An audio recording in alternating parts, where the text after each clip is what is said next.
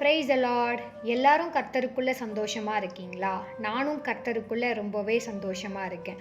இன்னைக்கு நாம் தியானிக்கும்படி தெரிந்து கொண்ட வசனம் மத்தேயு 7ஆம் அதிகாரம் 21ஆம் வசனம். பரலோகத்தில் இருக்கிற என் பிதாவின் சித்தத்தின்படி செய்கிறவனே பரலோக ராஜ்யத்தில் பிரவேசிப்பானே அல்லாமல் என்னை நோக்கி கர்த்தாவே கர்த்தாவே என்று சொல்லுகிறவன் அதிலே பிரவேசிப்பதில்லை. தேவனுடைய சித்தம் என்னதென்று அறிந்து அதின்படி செய்கிறவனே பரலோக ராஜ்யத்தில் பிரவேசிப்பான் என்று எழுதப்பட்டிருக்கிறது. 1 தீமோத்தேயு 2ஆம் அதிகாரம் 4ஆம் வசனத்தில் இப்படியா எழுதப்பட்டிருக்கிறது: எல்லா மனுஷரும் ரட்சிக்கப்படவும் சத்தியத்தை அறிகிற அறிவை அடையவும் அவர் சித்தமுள்ளவராயிருக்கிறார். உலகத்தில் இருக்கிற எல்லா ஜனங்களும் அந்த ரட்சிப்பை பெற்றுக்கொள்ள வேண்டும், அதாவது அந்த மீட்பை பெற்றுக்கொள்ள வேண்டும் என்பதே தேவனுடைய சித்தமாயிருக்கிறது.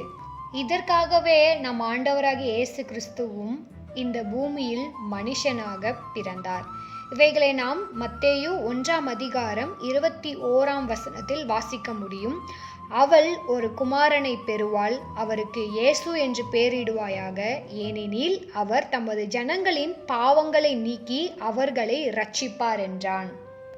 எல்லா மனுஷரும் ரட்சிக்கப்படுவதே தேவனுடைய சித்தமாயிருக்கு. இந்த சித்தத்தை நிறைவேற்றவே ஆண்டவராகிய இயேசு கிறிஸ்துவும் மனுஷனாக நமது பூமிக்கு வந்தார்.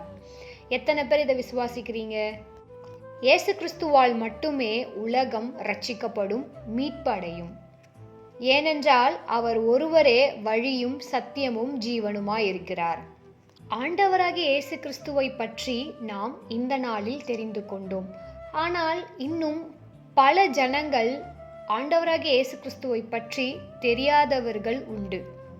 நாம் நம் தேவனிடத்தில் பெற்றுக்கொண்ட ரட்சிப்பை பிறரிடத்திலும் சொல்ல வேண்டும். அதுவே தேவனுடைய சித்தமாயிருக்கிறது. மார்க் 16ஆம் அதிகாரம் 15ஆம் வசனத்தில் இப்படியா எழுதப்பட்டிருக்கிறது: அவர் அவர்களை நோக்கி, நீங்கள் உலகம் எங்கும் போய் சர்வ சிருஷ்டிக்கும் சுவிசேஷத்தை பிரசங்கியுங்கள் என்றார். நாம் நம் தேவனிடத்தில் பெற்றுக்கொண்ட நன்மைகளை பிறரிடம் சொல்லி அவர்களையும் அந்த இரட்சிப்பின் வழியிலே வழிநடத்த வேண்டும். இவைகளை செய்பவர்களே தேவனுடைய சித்தத்தின்படி செய்கிறவர்கள். ஆமேன். கர்த்தர் தாமே நம் அனைவரையும் ஆசீர்வதிப்பாராக.